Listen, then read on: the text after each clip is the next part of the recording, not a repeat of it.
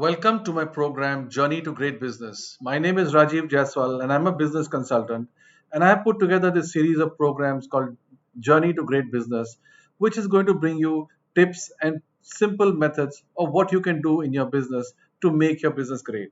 So today I'm going to talk to you about the second part of business planning, where we talk about what how the business plan is actually going to bring benefits to you in your business. So last time when I spoke, we said that business plan is like any other plan. First, you have to decide what you want to accomplish, where do you want to reach, and then lay out your plans to make sure that you want to get there, and then just do it. Just follow the plan, and plain and simple, you reach your goal. So, what is a business plan? A business plan is a written down document which is prepared by the entrepreneur, which talks about all the relevant external and internal elements that will help him to grow his business. Right? It integrates everything. Integrates sales, it integrates production, it integrates finance, human resources. Everything is integrated and works together to make sure that you get the most efficient method of growing your business. So it's actually a blueprint. It's actually a step-by-step process that has to be followed by the business owner to convert his business into a successful business venture. Now, when I say it maps the future, it talks about what we want to achieve. It breaks up the elements in what how that will help him to achieve it. Sales, production, marketing, and it lays down a timeline. More importantly, it lays down a timeline in which everything will be done. Because when we start the financial year, everything is not done then, but it happens over a period of time. So we have to put the timeline on what products, what new market penetration, etc., what kind of manpower you will need. So let's look at it in little more detail of what are the real advantages of a business plan and how does it make value and how does it make sense for a business owner. So first of all, these are the various benefits. Take them through. It helps you think about things that you have missed. It helps you counter competition. It helps you understand your customers, asset planning, and many other things. I mean, it gives you new business alliances, attract talent, etc., etc. So let's look at this. So when we are running our business on a day-to-day basis, we sometimes are not looking at what is our strengths and weaknesses. So like I said in my earlier video, you actually start with a SWOT analysis of the company. And at this time that we are doing the SWOT analysis, it brings out those points that we have many times not considered while actually doing our business on a daily basis. What are the things that we had to look at, but we didn't have the time to look at? So at the planning stage, it helps us to focus on that. So many times it helps us to think about what are the things we can do to counter competition, right? What are the things that you need to do to enter new markets? What have you not done? And how is any other policy or any other external environmental circumstance going to have an impact on your business, right? And many times while doing this analysis, you uncover new opportunities. You find that, "Oh, I had never thought about these things. These are also possible." Even with your existing customers, sometimes you suddenly find that you could have sold them some new products or existing products which don't have. And plus, for everything, there is a time value for money, which means that if you start working in one direction, you are not looking at another direction. So, if I say that, okay, in this year, my opportunity lies in the UP territory and I will expand my business in the UP territory, it means that my focus will not be so much on, say, maybe a Rajasthan territory. It doesn't mean that I will close the territory, but I'm saying it will help you to focus on a UP territory. Now, when we do the analysis, we find whether it is more profitable for the company to go to UP or to go to Rajasthan. And if you find that no, Rajasthan is a better territory, we will go in that. So it actually helps you to look at the time value of your opportunity, evaluate various options, and see which are the best ones for you to be most profitable. It also helps you counter competition. When you do business planning, when you're planning your growth, when you're saying that, okay, competition is the biggest roadblock for me, because wherever I go, find competition, and they may be selling on price, they may be selling on quality, they may be selling on value addition, they may be selling on various things. But how is it that I can counter competition? We will analyze the strengths and the weaknesses of the competition. And obviously, for their weaknesses, we will try and find things that we can do in our product or in our company or in our delivery or in our value proposition that will help us to overcome the competition in that market. We will also identify the products and the territories. कौन सी territory में competition week है, या कौन सी territory में मेरा काम कम है, जहां मैं अपना काम बढ़ाना चाहता हूं. कौन से मेरे प्रोडक्ट हैं जो अच्छा बिक रहे हैं और टेरिटरीज में, मगर कुछ टेरिटरीज में नहीं बिक रहे. What is it that I can do and why is it happening, how will I counter competition. And sometimes to competition we also launch new products.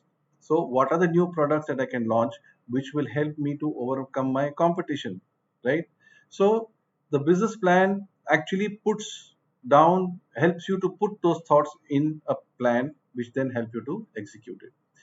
It also helps you to understand customers. Now there are some customers who may have stopped buying from you, or who may be buying less from you, or who may also be considering buying more from competition.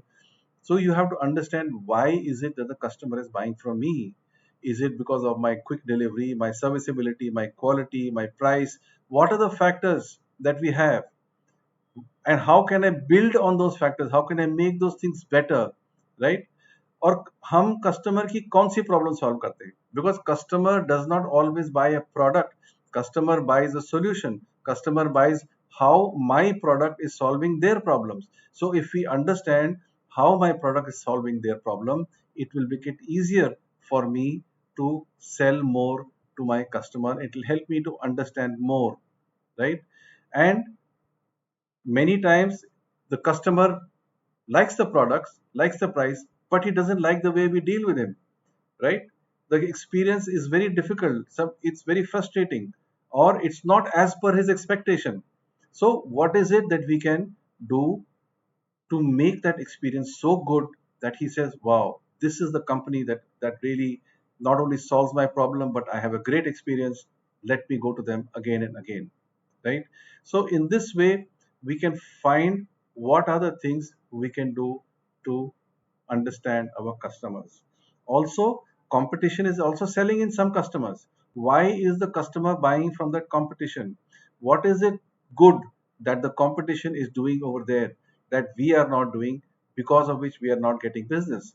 If we analyze that, maybe there will be some customers that we can convert from the competition to our own name. Now, asset planning. Now, once we have a business plan, once we know how much we are going to sell, we know which territories we are going to sell, we know which products we are going to sell, we also know what kind of prices we want to sell at, right? Then we have to actually plan our production. We have to plan our inventory. Some people are trading, so they have to have stock. Some people are manufacturing, they need to have machines. Some people are doing part job work. So, what are the things that you will need to do? Where, how will I need, what kind of machinery will I need? क्या मेरी जो existing production capacity है वो grow कर सकती है और मेरे फ्यूचर नीड को केटर कर सकती है, और I need a new premises और I need a new factory. What are the things that I need to do, right? And if I need more raw material, where will I get more raw material from? Is my existing vendor capable of giving me more material, right? What are the kind of manpower I need to run my factory? So all the things that require money, all the things that are your assets, it helps you to plan these assets in time before the crisis happens, so that your sales has a smooth curve growth upwards, rather than getting stuck at some point because of certain lack of assets. The other things that help you to do planning is that you can break up the responsibilities of every person. Now you know what is going to happen when. In the plan you have mapped it over 12-month period. You know what's going to happen when. You can put people in charge of certain elements of the work. So maybe you may have multiple salespeople, you can have sales managers, you have a production manager.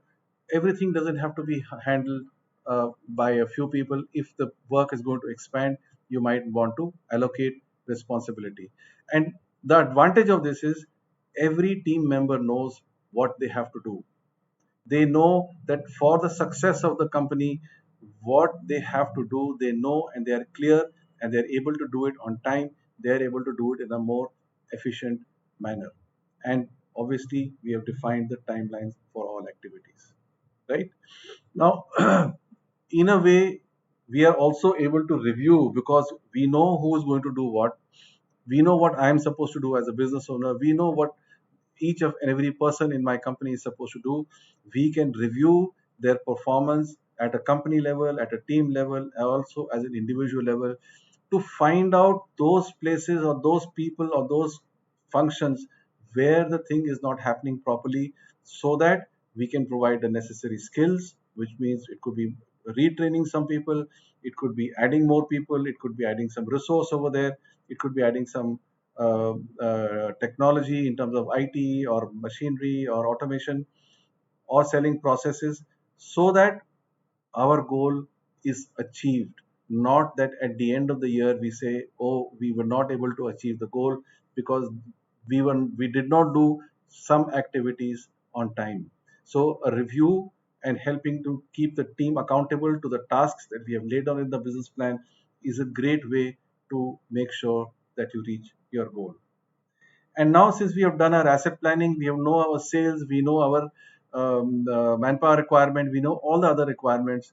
If we know what money is going to be required when, because in the timeline we know what is going to arrive when, what product development will be done at what time, what machines will be needed at what time, what more additional manpower will be needed at what time. So we are in a better position to plan our cash flow and manage it well, right? And we can also now create what are called control budgets.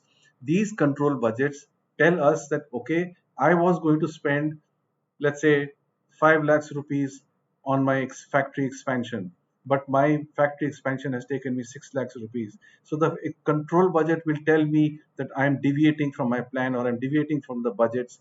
Similarly, for my sales team, if I have said that, okay, my sales budget, which will include the sales travel, sales promotion, and sales incentives, is going to be, let's say, 1 lakh a month or 5 lakhs a month. Then if I spend more or if I'm spending less, I know exactly where I am as far as my expenditure is concerned, and why, if it is being exceeded, why is it being exceeded, and we can either do additional funding or we can put a control activity there to make sure that it's in the right place. And also, now there were some weaknesses which we identified in our business plan. Now, many times it's not always possible for us to manage all our weaknesses on our own.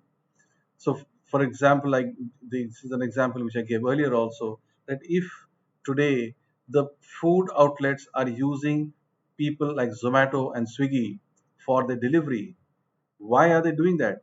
Because each of these outlets did not have a very efficient system of delivering food in many places.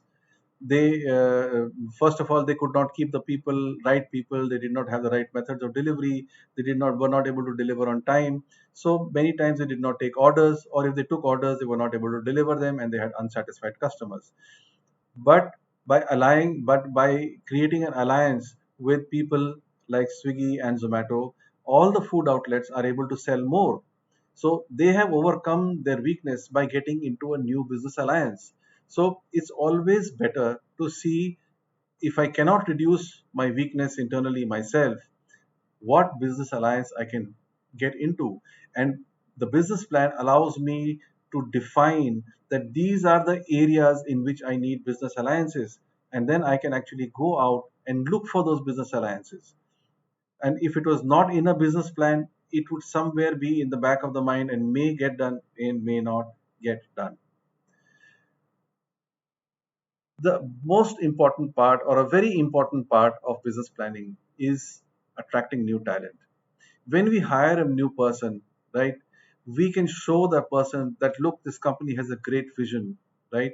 We are going to uh, expand in this manner. So the person who comes, we can show him what his personal growth can be, what are the what how can he improve his knowledge by coming here? How can he have personal growth? How can he work with bigger teams and have more responsibility by coming and working in a company that has such a great vision? And this then helps us not only to hire the right people, but to hire great people, people who are motivated, people who want to come and perform and who want to do well for the company. It also helps us to train the people within our company and new people who come, because in order to achieve our goals we need a certain skill set, certain knowledge base, and this knowledge and skill set is can be provided by giving training to the right to our people at the right time, so that they can actually go out and get the job done well. We know where we want to go. We know also know how we want people to see us. We also know how our customers should see us. So the brand strategy gets completely aligned with our vision, with our goal. But many times what happens is we don't have a goal, but we want to do Facebook promotion, we want to do website promotion, we want to do Google promotion, and all of these are not linked with each other. When we call different people and different people give us different quotations, and we go to three different people, each of them has their own strategy which is not in line with our vision. What happens? We get a poor ROI, we get a poor return on investment, because we spend a lot of money, but our customers don't see us in the same way. One form of communication is saying one thing, the other form of communication is saying the other thing. But when we have a business plan, we know exactly what we want to communicate. We have thought about this through in the beginning, and we are seeing what are we going to do in terms of leveraging our strengths and opportunities and reducing our weaknesses and threats. And also, we are also targeting the right customer segment rather than doing a carpet bombing for everybody, hoping that our customer segment, the right customer segment, will see my communication. So, thank you so much for listening to me. And I will be continuing with this program called Journey to Great Business. If you like the videos, you can subscribe to it. You can press the bell icon so that you can get notified whenever there is a new video. And obviously, please comment in the chat box so that I can respond to you. Thank you for so much watching.